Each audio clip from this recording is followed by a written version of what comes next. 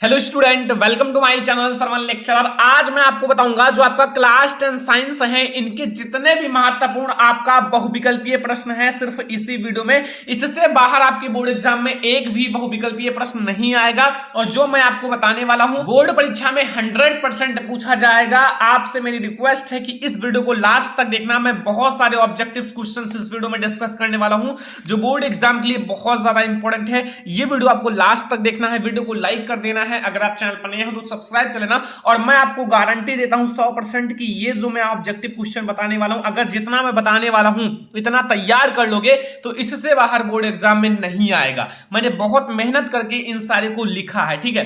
आप लोग एक एक ऑब्जेक्टिव क्वेश्चन को समझना और लिखना, नोट करना। पहला आप लोग देखो, पहला प्रश्न कि Fe2O3 + 2Al gives out Al2O3 + 2Fe, ठीक है। आपको सारा ध्यान से पढ़ना है, ठीक है। अगर आपको पता है तो भी इसे देखना जरूर है। ऊपर दी गई अभिक्रिया किस प्रकार की है। अब देखो ये जो है ना, ऊपर जो दी गई अभिक्रिया ये किस प्रकार की है, अगर आपको पता है तो आप लोग खुद से एक टेस्ट ले सकते हो, ठीक है। तो ये आपकी कौन सी अभिक्रिया है। ऑप्शन नंबर ए है संयोजन अभिक्रिया, बी है वियोजन अभिक्रिया, सी है द्विविस्थापन अभिक्रिया एंड डी है विस्थापन अभिक्रिया।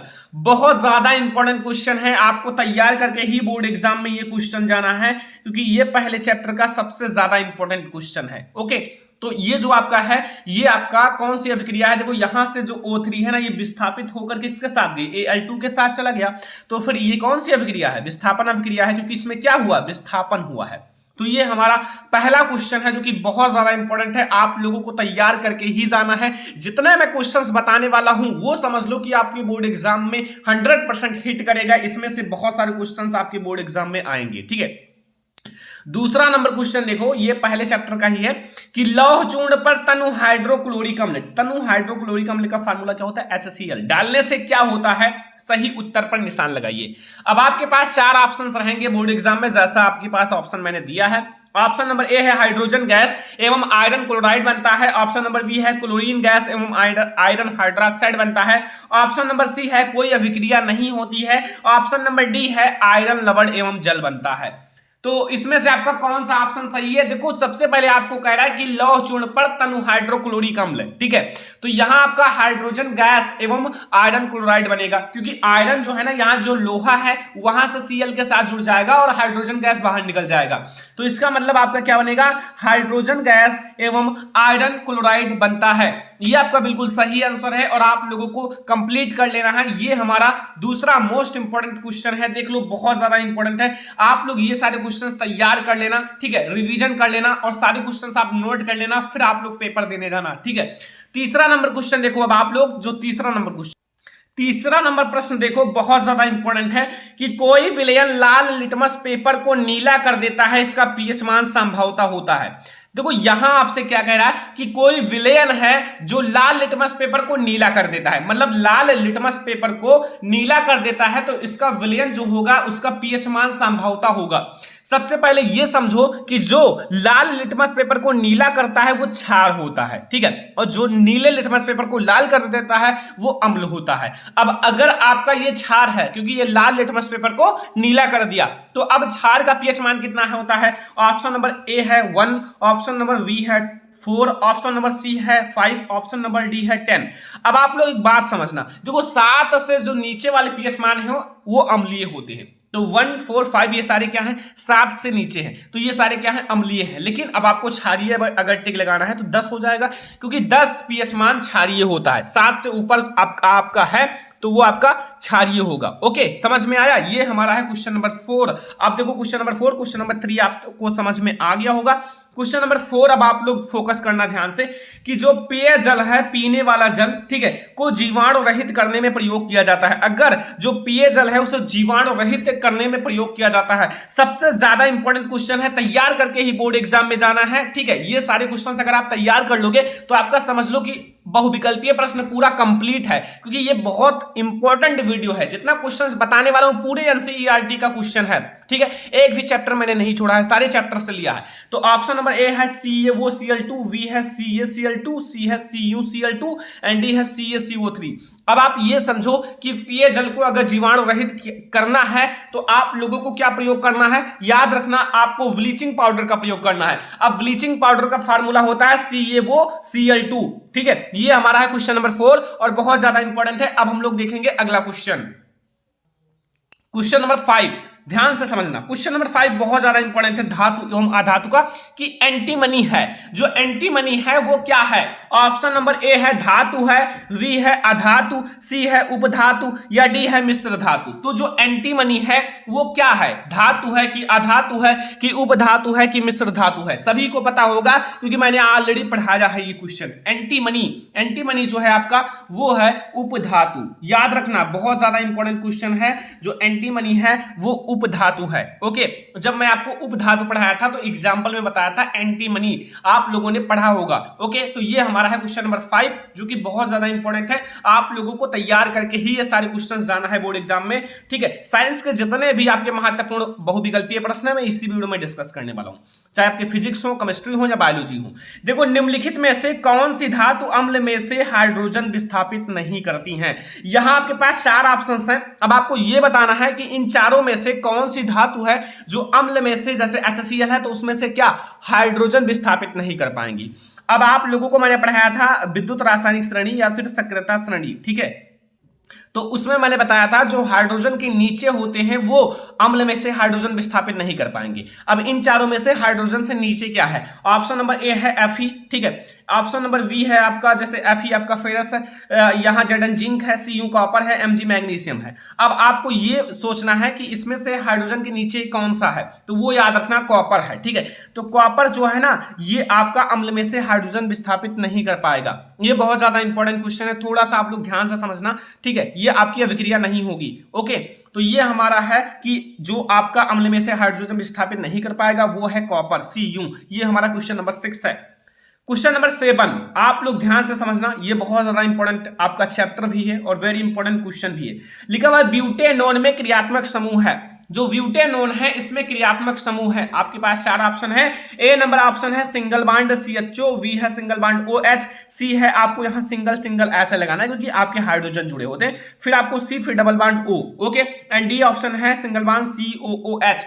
अब आप लोग थोड़ा सा माइंड लगाओ कि यहाँ आपसे पूछ रहा है ब्यूटेनोन और ब्यूटेनोन में आपका कीटोन समूह जुड़ा हुआ है। अब इसमें आपका जो मतलब क्रियात्मक समूह है वो क्या है? इसमें जो आपका क्रियात्मक समूह है वो ये वाला है, ठीक है। ऑप्शन नंबर सी आपका बिल्कुल सही है। याद रखना, बहुत ज्यादा इंपॉर्टेंट क्वेश्चन है। अगर आप इन सारे को आप लोग याद कर लेते हो तो फिर आप समझो बोर्ड एग्जाम में सारे क्वेश्चंस करके आओगे। ओके, क्वेश्चन नंबर 8 आप लोग देखो, लिखा हुआ एसिटिक अम्ल। एसिटिक अम्ल का IUPAC नाम है। जो एसिटिक अम्ल है उसका IUPAC नेम क्या होगा? देखो, मैंने आपको IUPAC नेम भी पढ़ाया है। ऑप्शन नंबर ए है एसिटिक अम्ल। देखो, एसिटिक अम्ल का IUPAC नेम आपको बताना है। बी नंबर ऑप्शन है एथेनोइक अम्ल, सी है मेथेनोइक अम्ल, डी है प्रोपेनोइक अम्ल। तो एसिटिक अम्ल में जो कार्बन की संख्या होती है वो 2 होती है, ठीक है। तो अब आप ये समझो कि 2 को क्या कहा जाता है? एथ, और आपका एसिटिक अम्ल है तो इसमें आपको ओइक जोड़ना पड़ेगा, तो यानी कि एथेनोइक अम्ल आपका बिल्कुल सही है। क्या हो जाएगा? एथेनोइक अम्ल। ये हमारा क्वेश्चन नंबर 8 है और एथेनोइक अम्ल आपका बिल्कुल राइट आंसर है, ठीक है। क्वेश्चन नंबर 9 आप लोग देखो, जो कि बहुत ज्यादा इंपॉर्टेंट है। क्वेश्चन नंबर 9 थोड़ा सा ध्यान से समझना, बायोलॉजी का क्वेश्चन है कि पादपों में वायु प्रदूषण कम करने वाली प्रक्रिया है। जो पादप होते हैं, पेड़ पौधे होते हैं, अगर उनसे वायु प्रदूषण कम करना है तो इन चारों में से कौन सी प्रक्रिया है? ए ऑप्शन है श्वसन, बी है प्रकाश संश्लेषण, सी है वाष्प उत्सर्जन एंड डी है हमारा प्रोटीन संश्लेषण। तो इसमें जो पादपों में वायु प्रदूषण कम करने वाली प्रक्रिया है वो क्या है? वो है आपका प्रकाश संश्लेषण। याद रखना, प्रकाश संश्लेषण क्या करता है? पादपों में वायु प्रदूषण जो है कम करने की प्रक्रिया है प्रकाश संश्लेषण, नाम सुना होगा। तो ये हमारा है क्वेश्चन नंबर 9, जो कि आप लोगों को ये सारे क्वेश्चंस तैयार ही कर लेने हैं। आप लोगों को नोट करके हमेशा रिवीजन करना है, याद करना है। ओके, ये जितना मैं क्वेश्चन बता रहा हूं। क्वेश्चन नंबर 10, अब आप लोग देखो क्वेश्चन नंबर 10 में क्या पूछ रहा है कि मनुष्य में वृक्क, वृक्क आप पता होगा मैंने पढ़ाया है, एक तंत्र का भाग है जो संबंधित है। वृक्क इन चारों में से किससे संबंधित है? ठीक है, ऑप्शन नंबर ए है पोषण से, वी है उत्सर्जन से, सी है श्वसन से एंड डी है परिवहन से। तो जो मनुष्य में वृक्क है वो इन चारों में से किससे संबंधित है? वृक्क एक उत्सर्जी अंग है, आपको पता होगा मुख्य उत्सर्जी अंग है, लेकिन अब आपका वृक्क जो है ना वो उत्सर्जन से संबंधित है। किससे संबंधित है? उत्सर्जन से। तो अब आप लोग याद रखना, ये सारे क्वेश्चन आप बिल्कुल याद रखो, भूलना मत, क्योंकि यहां से आपके बोर्ड एग्जाम में सारे क्वेश्चन आपके आएंगे, जितने भी क्वेश्चन आएंगे यहां से आएंगे, क्योंकि मैंने बहुत मेहनत करके कई सारे क्वेश्चन लिया है, बहुत सारे क्वेश्चंस हैं जो मैंने लिया है और वो आपके बोर्ड एग्जाम के लिए इंपॉर्टेंट है। कई बार बोर्ड एग्जाम में, लगातार बोर्ड एग्जाम में पूछा गया है, वही क्वेश्चन मैंने सेलेक्ट किया है कि अगर स्टूडेंट वीडियो देखे तो इससे बाहर एक भी क्वेश्चन ना आए। ठीक है, अब हम लोग देखेंगे क्वेश्चन नंबर 11।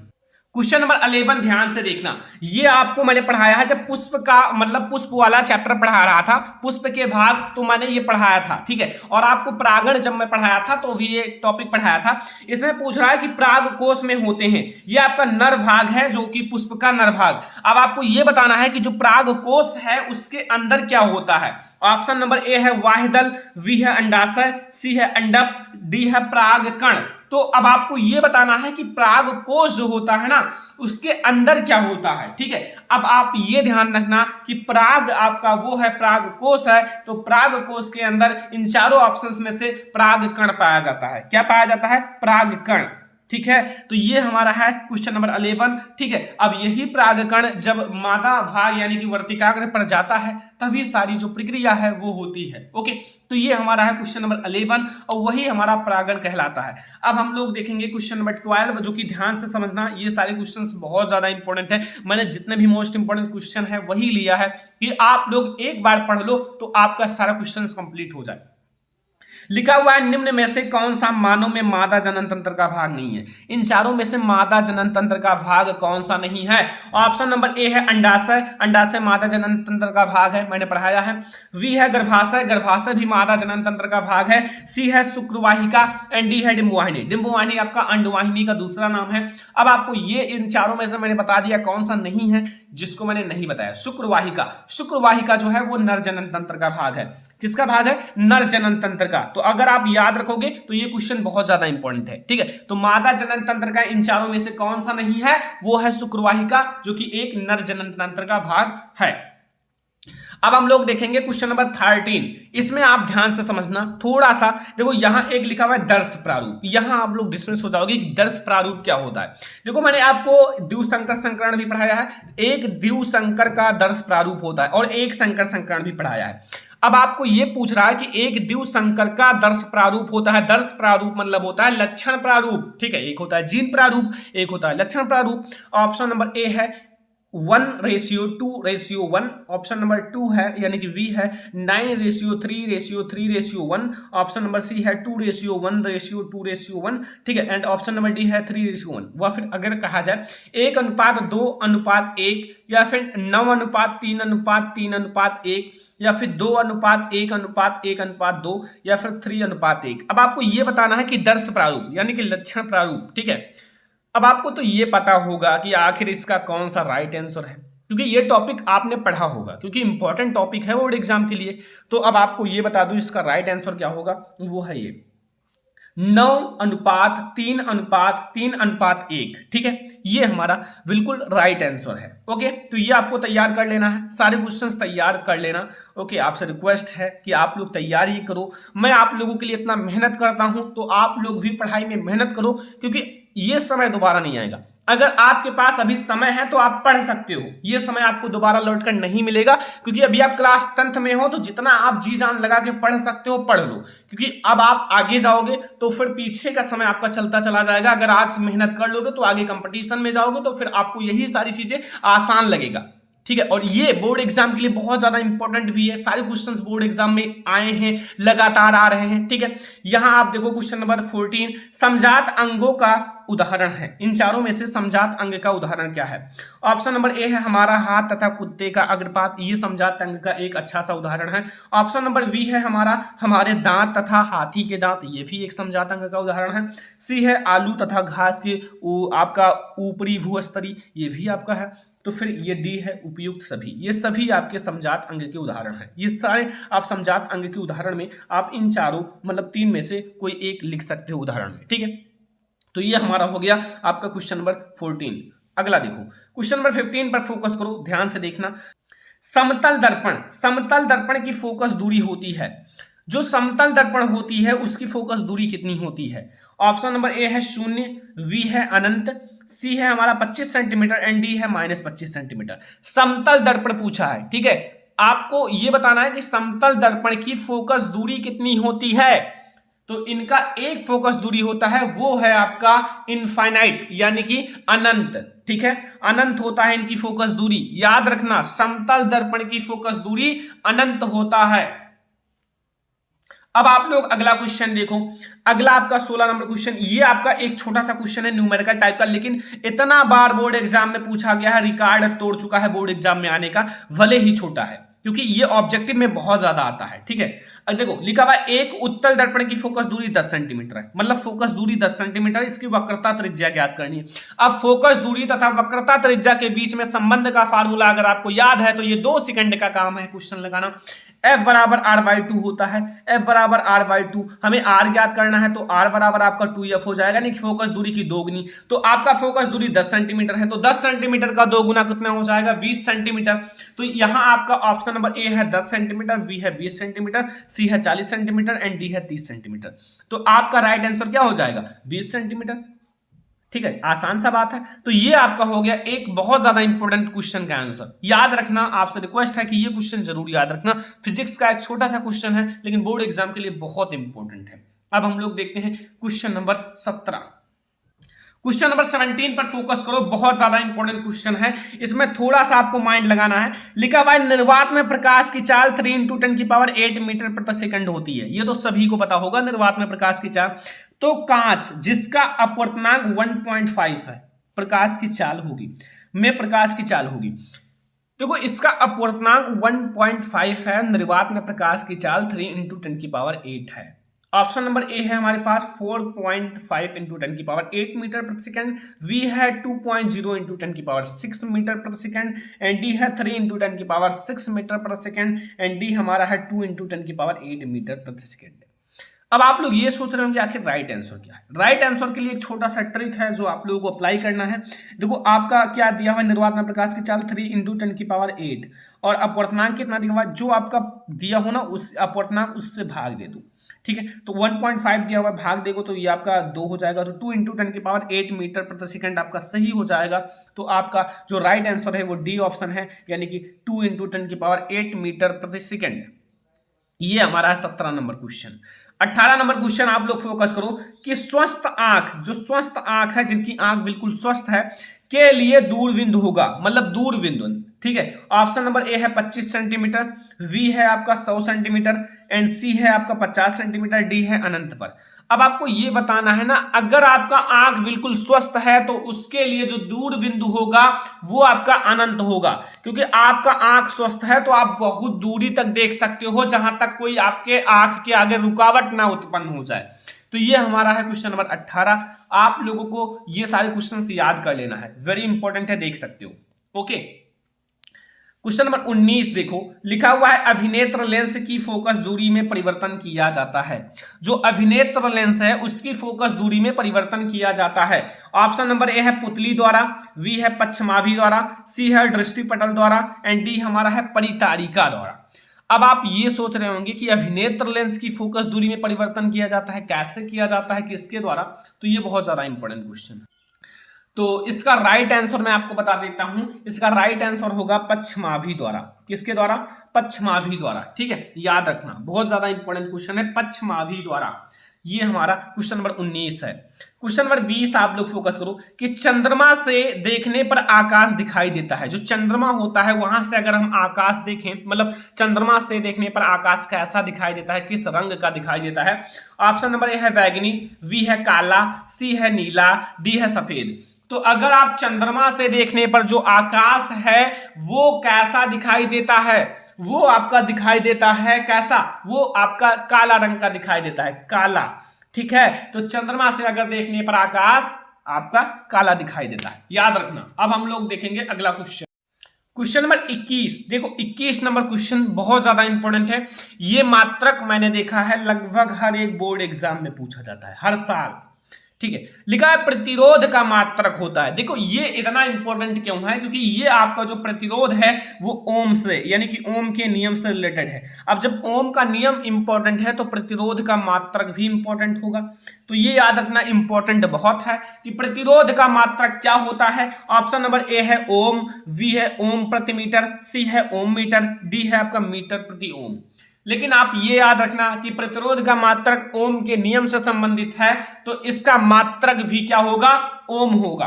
ठीक है, तो प्रतिरोध का मात्रक ओम होता है, याद रखना। ये हमारा बहुत ज्यादा इंपॉर्टेंट क्वेश्चन है और आप लोगों को याद कर लेना है ये सारे क्वेश्चंस, जितना मैं आप लोगों के साथ शेयर कर रहा हूं, जितना मैं आप लोगों को बता रहा हूं। ओके, अब हम लोग देखेंगे क्वेश्चन नंबर 22 यानी कि 22। लिखा हुआ 1 किलोवाट घंटा, ये आपको पता होगा 1 किलोवाट घंटा का नाम सुना होगा, मैंने पढ़ाया है। 1 किलोवाट घंटा में जूल की संख्या होती है और मैंने बदलना भी बताया है कि 1 किलोवाट घंटा को जूल में कैसे बदला जाता है।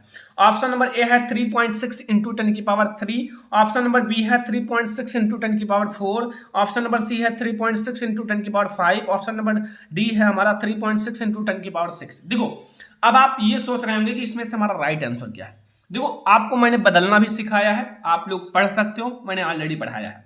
अब यहां अगर आपको राइट आंसर बताया जाए तो वो होगा 3.6 इंटू 10 की पावर 6। छोटा सा ट्रिक है कि आप लोग ये याद रखना कि जहां 3.6 है ना, यही 6 आपका 10 की घात 6 भी होगा। अगर 5 है तो वो गलत है, क्योंकि 3.6 है तो यहाँ इसकी घात भी 6 होगा। ठीक है, ये आपका 6 है तो ये भी 6 घात होगा, तो ये हमारा राइट आंसर हो जाएगा। ये हमारा है क्वेश्चन नंबर 22, जो कि आप लोगों को रिक्वेस्ट है कि याद रखना ये सारे क्वेश्चंस बहुत ज्यादा इंपॉर्टेंट है। ठीक है, जो बहुत ज्यादा इंपॉर्टेंट क्वेश्चन है वही इस वीडियो में आपसे बता रहा हूं कि अगर आप एक ही इसी वीडियो को देख लोगे तो समझ लो आपका साइंस का ऑब्जेक्टिव क्वेश्चन कंप्लीट हो गया।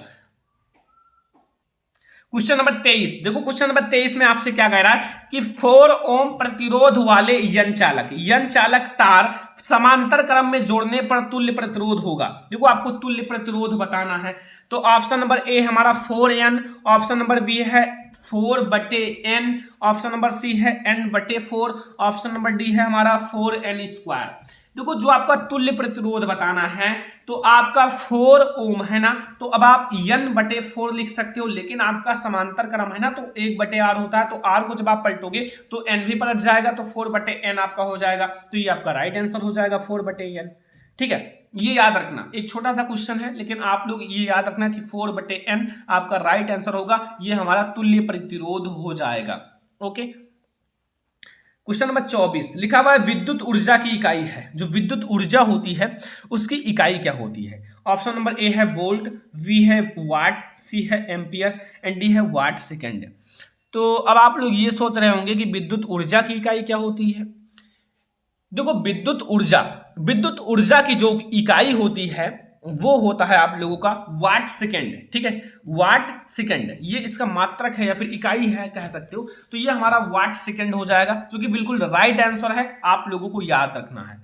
देखो अब आप लोग क्वेश्चन नंबर 25 में देखो, ये थोड़ा सा आप लोगों को मतलब अंदर से सोचने पर मजबूर करेगा कि एक गतिमान आवेशित कण उत्पन्न करता है। ए ऑप्शन है केवल चुंबकीय क्षेत्र, वी है आपका चुंबकीय व विद्युत क्षेत्र दोनों, सी है केवल विद्युत क्षेत्र या डी है कोई नहीं। देखो आपका एक गतिमान आवेशित कण जो है चुंबकीय क्षेत्र उत्पन्न करता है और विद्युत क्षेत्र भी उत्पन्न करता है।